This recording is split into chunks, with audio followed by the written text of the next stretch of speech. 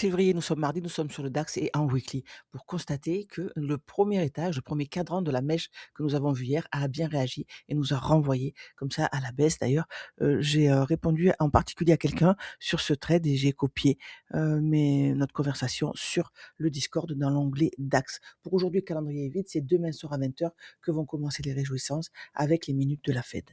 Daily pour placer le plus haut et le plus bas d'hier. Nous avons déjà pris le plus bas d'hier et sommes, comme vous pouvez le voir, en discount où nous avons notre pinning range. Ce Fibo-là marque la trend dans laquelle nous sommes. Si on déplace le regard vers la gauche, on voit qu'on a ce swing low et ce swing high qui balise ce Fibo. Pour ce qui s'est passé avant, je vous renvoie évidemment sur les plans du jour qu'on fait depuis des semaines, puisque chaque fois ces niveaux sont évoqués. Pouvons-nous remarquer en H4 le début de notre entonnoir de temps pour travailler, c'est-à-dire ensuite on va se pencher sur le M15 pour les entrées en M1.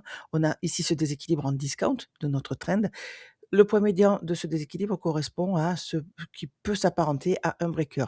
Je préfère utiliser cette bougie. Pourquoi? Quand on casse à la baisse et qu'on a une impulsion haussière, la dernière bougie haussière avant la baisse devient le breaker. Elle est en confluence avec notre dernière imbalance, puisque au-delà, tout est équilibré. Donc, ce niveau me plaît bien. On doit quand même prendre en compte celui-là, celui sur lequel nous sommes actuellement. Cette bougie H4 n'est pas clôturée. Il lui reste 32 minutes de vie. Donc, on va voir si on laisse une imbalance baissière H4 au-dessus de nous.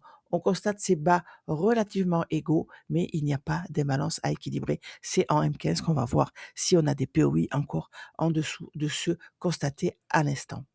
En attendant de voir si le prix nous laisse une imbalance, si le prix est arrivé à son maximum pour inverser ensuite cette imbalance et repartir à la hausse, on peut constater ce qui s'est passé avant. On a créé ce plus haut et on suit avec notre Fibo puisqu'on a cassé ici. Regardez, avant de vendre, avant de short, on peut se dire, voilà, j'attends un retour en premium. Et qu'a fait le prix? Il est retourné en premium. Chercher le dernier déséquilibre au-dessus de nous avant de shorter. Eh bien, on peut faire pareil avec la trend actuelle, c'est-à-dire que quand on a cassé ce niveau, on a créé ce haut. Nous sommes actuellement dans cette trend-là. Cette petite manip peut vous faire patienter, c'est-à-dire vous voyez votre impulsion baissière, vous ne rentrez pas tout de suite, vous attendez un retracement, au moins sur l'équilibrium. Il aurait été dommage de rentrer à ce niveau-là alors qu'on pouvait attendre cette prise de liquidité ici.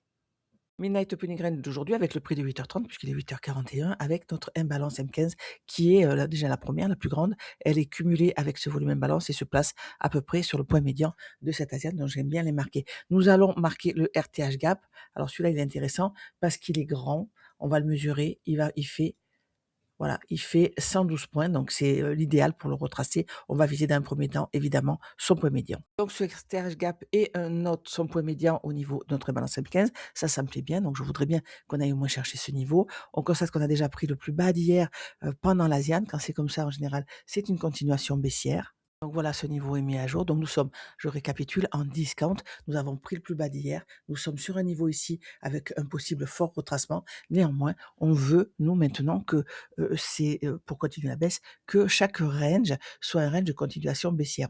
On prend le haut ici avant une impulsion baissière. Donc va-t-on poursuivre comme ça jusqu'à ce niveau qui m'intéresse? Vous le savez, 24 641. J'aimerais bien qu'on atteigne au moins celui-là avant un fort retracement. On va constater sur le bas de cette jambe haussière que nous avons cette Asian là qui fait office d'order block haussier. Hein. Donc une fois on est venu s'y reconnecter, donc vraiment c'est ce niveau-là, hein, cette imbalance là qui m'intéresse et on l'a vu, elle est en confluence avec le breaker H4. Donc on a encore de la marge, hein, on constate que c'est sur le niveau du New Week Opening Gap ancien, donc il est là, il est sur nos graphiques et ça va être mon biais baissier pour la journée jusqu'à ce niveau-là.